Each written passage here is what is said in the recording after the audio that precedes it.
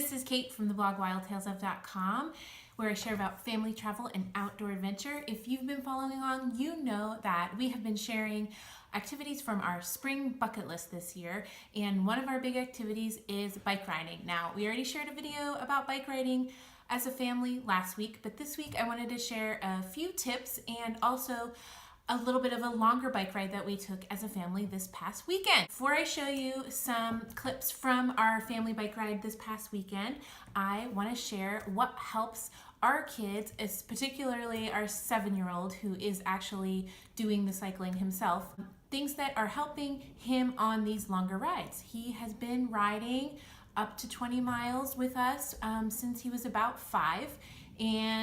But along the way, we've picked up some things that have really helped him and have really helped us as a family to get out and ride some longer distances. So this past weekend, we didn't put tons and tons of miles on the bikes, but we did go from our home here in Seattle to a park called Gasworks Park. It has a beautiful view of the city skyline and just a fun new playground and lots of space to run around.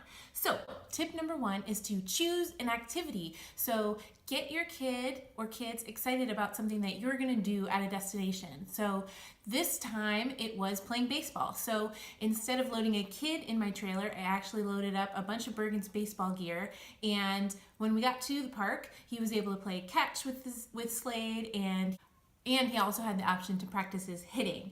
We didn't get to the bat activity because it was more crowded than we'd expected, but he did get to play catch and then play on the playground. So other things are just knowing that there's a playground ahead, knowing that you're going to play a game of frisbee when you get to a certain park.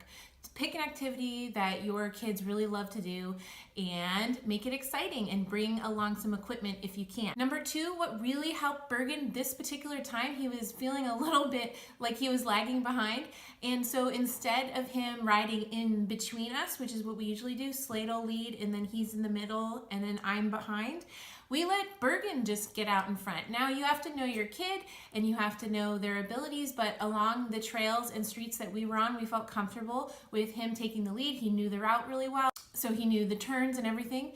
But we let him lead, and it was so much more motivating for him, and he went so much faster. Number 3, like all activities, treats and even building in meals are going to help kids. On the way there, we neglected to do this and it didn't go as well. And on the way home, whenever it felt like a comfortable spot to stop, 3 or 4 times, everybody got a jelly bean when we stopped. And it just made it a lot more fun and exciting and incentivizing for the kids. We also build in meals. So on this particular trip as well, once we got to our destination just a little bit further, we rode after the park.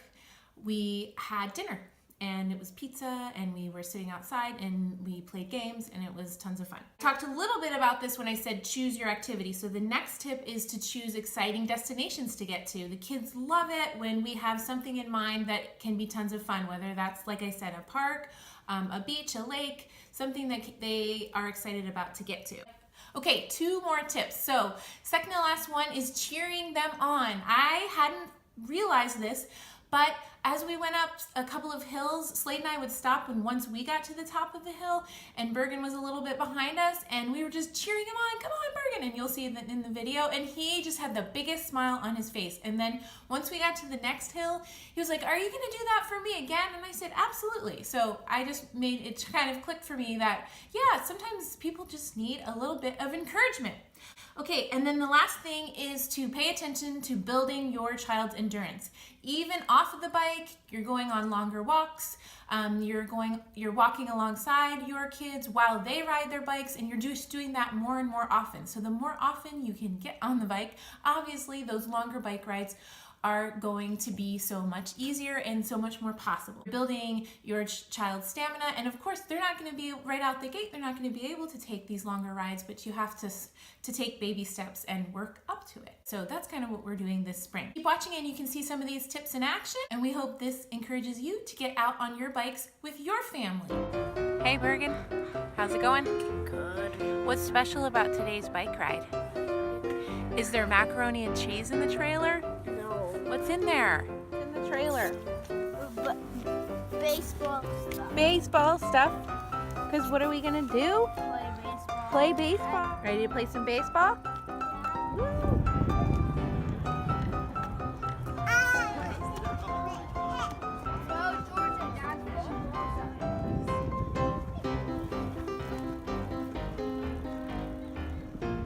Whoa, I caught it.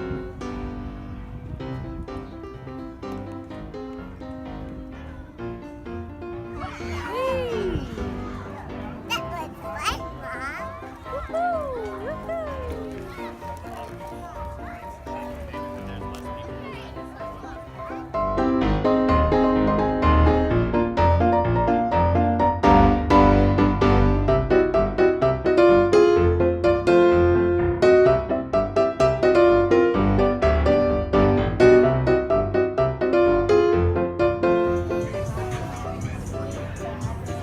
And then go in the mud again.